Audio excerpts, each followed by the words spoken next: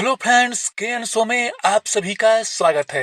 मैं आपका दोस्त कुमार नीरज आज एक स्मॉल कैप कंपनी की समीक्षा अध्ययन के दृष्टिकोण से कर रहा हूँ। मैं कोई सेबी पंजीकृत सलाहकार नहीं हूँ और न ही कोई शेयर खरीद और बिक्री का सलाह देता हूँ।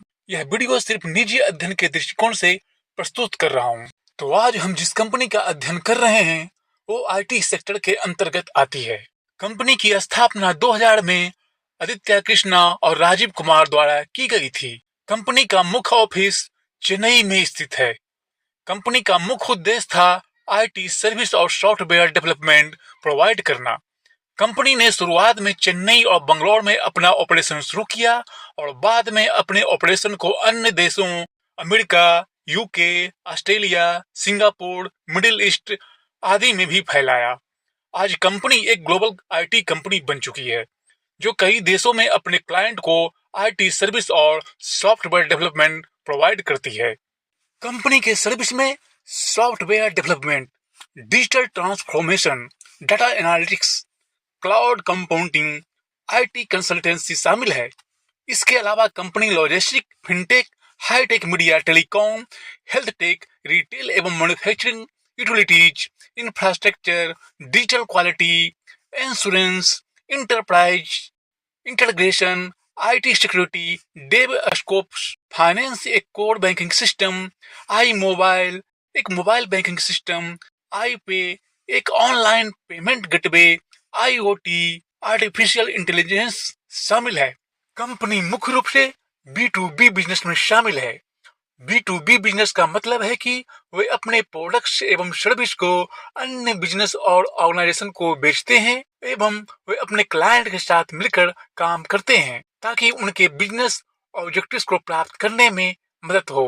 भारत में कंपनी के मुख्य client Bank of Baroda, Canara Bank, HDFC Bank, ICICI Bank, TCS, जबकि विदेशों में जैसे कि अमेरिका में Wells Fargo, Bank of America, Citi Group, JP Morgan Chase, United Kingdoms में Barclays, HSBC, Royal Bank of Scotland, Lloyds Banking Group, Australia में Commonwealth Bank, Westpac Banking Corp, National Australian Bank, ANZ Bank, Singapore में DBS Bank, United Overseas Bank, Overseas Chinese Banking Corporation, Singapore telecommunication, Canada में Royal Bank of Canada, Toronto Dominion Bank, Bank of Nova Scotia, Canadian Imperial Bank of Commerce, Germany में Deutsche Bank, Commerzbank, Hypo Bank, BAL Bank, France में BNP Paribas, Societe Generale, Credit Agricole आदि मुख्य client हैं। Company ने कई प्रमुख company और organisation के साथ कोलैबोरेशन किया है जिनमें Microsoft, IBM, Amazon, Google cloud, TCS, Infosys, HSCL software आदि प्रमुख हैं। आइए एक नजर कंपनी के रेवेन्यू यानी राजस्व पे डालते हैं। जहां फिनटेक से कंपनी 36% का रेवेन्यू जनरेट कर रही है, वहीं यूटिलिटी से 29%, डिजिटल कॉमर्स से 6%, रिटेल और हेल्थ केयर से 3%, परिवहन और लॉजिस्टिक्स से 13%, वहीं अन्य से 14% का। कंपनी का लक्ष्य 2030 तक $500 मिलियन का रेवेन्यू यानी राजस्व प्राप्त करने का है। कंपनी अपना 72% रेवेन्यू यानी राजस्व अमेरिका और यूरोप से जनरेट करती है। आइए अब एक नजर कंपनी के फाइनेंशियल बही खाते पे डालते हैं। वर्तमान में कंपनी का मार्केट कैप 3138 करोड़, वर्तमान स्टॉक प्राइस 236 रुपीज, 52 सप्ताह high low 320 168 rupees, stock P 32.1 जबकि इंडस्ट्री पी 41.33 का है। यानी देखा जाए तो कंपनी इंडस्ट्री पी के मुकाबले काफी सस्ते मूल्य पर ट्रेड कर रही है। Book value 42.7, dividend yield 0.26, ROC 27.7, ROE 21.1 और फेस वैल्यू 1 रुपीज का है। कंपनी के पॉजिटिव पक्ष की बात करें तो हम देख सकते हैं कि कंपनी ऑलमोस्ट डेट फ्री है यानी कंपनी लगभग कर्ज मुक्त है। वहीं कंपनी 21.4% के CAGR से पिछले 5 सालों में अच्छा खासा लाभांश बना रही है। वहीं निगेटिव पक्ष की बात करें तो हम देख सकते हैं कि कंपनी अपने बुक वैल्यू से लगभग 6 गुना ज्यादा पर ट्रेड कर रही है। आइए अब एक नजर कंपनी के क्वार्टरली रेवेन्यू यानी सेल पे डालते हैं।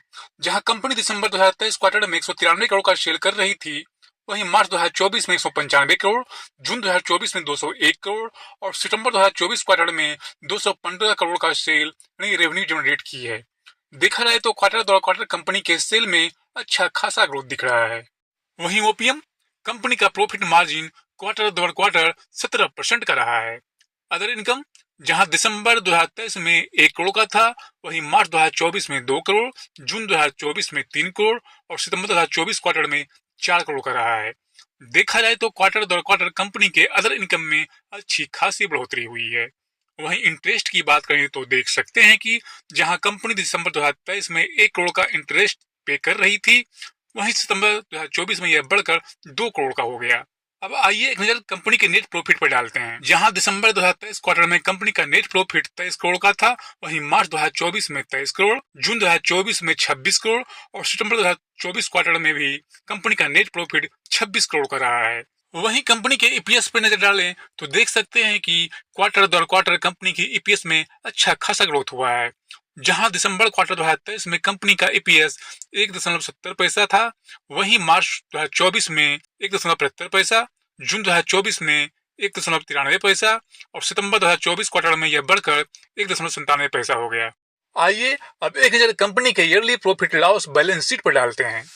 जहां कंपनी मार्च 2022 में 480 करोड़ का सेल कर रही थी, वहीं मार्च 2023 में 666 करोड़ का, जबकि मार्च 2024 में 762 करोड़ का।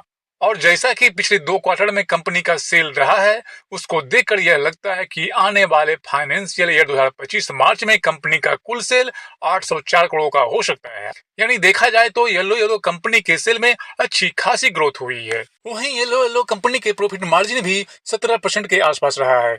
आइए अब एक नजर कंपनी के येलो येलो नेट प्रॉफिट पे डालते हैं। जहां मार्च 2022 में कंपनी का कुल नेट प्रॉफिट 63 करोड़ का था, वहीं मार्च 2023 में यह बढ़कर 82 करोड़, मार्च 2024 में यह बढ़कर 96 करोड़ और आने वाले फाइनेंशियल ईयर मार्च 2025 में 97 करोड़ हो सकता है।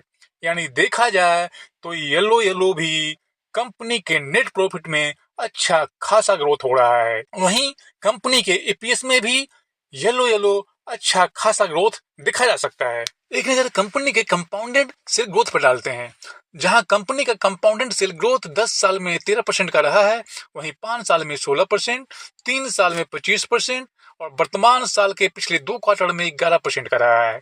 यानी देखा जाए तो कंपनी का कंपाउंडेड सेल ग्रोथ पिछले 10 साल में डबल डिजिट में रहा है।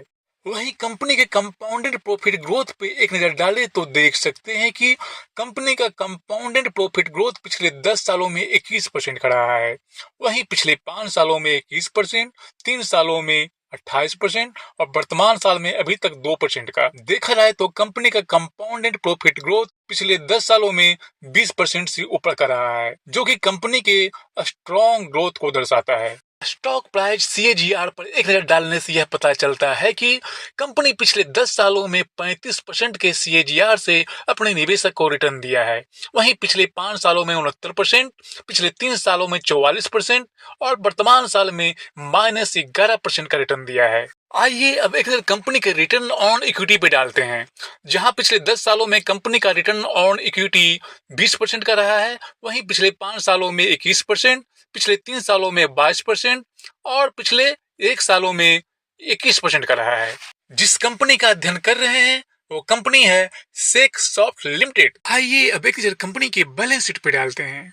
इक्विटी कैपिटल जहां मार्च 2022 में कंपनी का 10 का था, वहीं मार्च 2023 में भी 10, मार्च 2024 में भी 10 का था और सितंबर 2024 में यह बढ़कर 13 का हो गया। कैश रिजर्व मार्च 2022 में 308 करोड़, मार्च 2023 में यह बढ़कर 394 करोड़, मार्च 2024 में यह बढ़कर 495 करोड़ और सितंबर 2024 में यह कैश रिजर्व बढ़कर 554 करोड़ का हो गया। देखा जाए तो येलो येलो कंपनी के कैश रिजर्व में अच्छी खासी ग्रोथ हुई है। कंपनी के बोरोइंग की बात करें तो हम देख सकते हैं कि जहां मार्च 2022 में कंपनी का कुल बोरोइंग 21 करोड़ का था, वहीं मार्च 2023 में 14 करोड़, मार्च 2024 में 26 करोड़ और सितंबर 2024 में 53 करोड़ का। देखा जाए तो जहां कंपनी के पास सितंबर 2024 में कुल कैश रिजर्व 554 करोड़ का है, वहीं बोरोइंग मात्र 53 करोड़ का। यानी कंपनी लगभग डेट फ्री है, यानी कर्ज मुक्त है। कंपनी के फिक्स्ड एसिड में भी अच्छी खासी ग्रोथ देखने को मिल रही है, जहां मार्च 2022 में कंपनी का कुल फिक्स एसिड 196 करोड़ का था, वहीं सितंबर 2024 में यह बढ़कर 451 करोड़ का हो गया। कैश फ्लो पे एक नजर डालने से यह पता चलता है कि कंपनी 54 करोड़ का फ्री नेट कैश फ्लो भी जनरेट कर रही है, जो कि कंपनी के स्ट्रेंथ यानी मजबूती को दर्शाता है। शेयर होल्डिंग पैटर्न पे एक नजर डालने से यह पता चलता है कि प्रमोटर के पास कंपनी के कुल 66.64% का स्टेक है, वहीं एफआई के पास 3.25%, वहीं पब्लिक के पास 25.85% और अदर के पास 4.28% का स्टेक है। फंडामेंटल स्तर पर कंपनी के अध्ययन के बाद टेक्निकल स्तर पर देखते हैं कि चार्ट पर क्या खेल हो रहा है। चार्ट पर एक नजर डालने से पता चलता है कि जहां पिछले साल स्टॉक ऊपर की ओर बेतहाशा दौड़ लगाया था, वहीं ऊपरी स्तर पर बड़े पैमाने पर प्रॉफिट बुकिंग देखने को मिलता है। जहां 200 के मूल्य पर स्टॉक में एक बड़ा सा सपोर्ट दिखता है, वहीं 250 से 255 के मूल्य पर एक बड़ी सी रुकावट, यानी स्टॉक अभी 200 से 255 के मूल्य के बीच फंसा हुआ है। लेकिन चार्ट पर एक सकारात्मक पहलू देखने को मिल रहा है। जैसे ही स्टॉक 255 की रुकावट को भेदेगा, फिर स्टॉक में एक बड़ी सी रैली देखने को मिल सकता है, जिसका पहला लक्ष्य 320 और लंबी अवधि के निवेशक को यह स्टॉक 400 के ऊपर का मूल्य भी दिखला सकता है। यह मेरा निजी अध्ययन है, कृपया इसे कोई बाय सेल की सलाह न समझें। अध्ययन के दृष्टिकोण से यह वीडियो कैसा है, अपना महत्वपूर्ण सुझाव हमें जरूर दें। इस तरह के अध्ययन में काफी सोर्स और समय लगता है। कृपया चैनल को लाइक, शेयर और सब्सक्राइब करना न भूलें। आप सभी को बहुत बहुत धन्यवाद।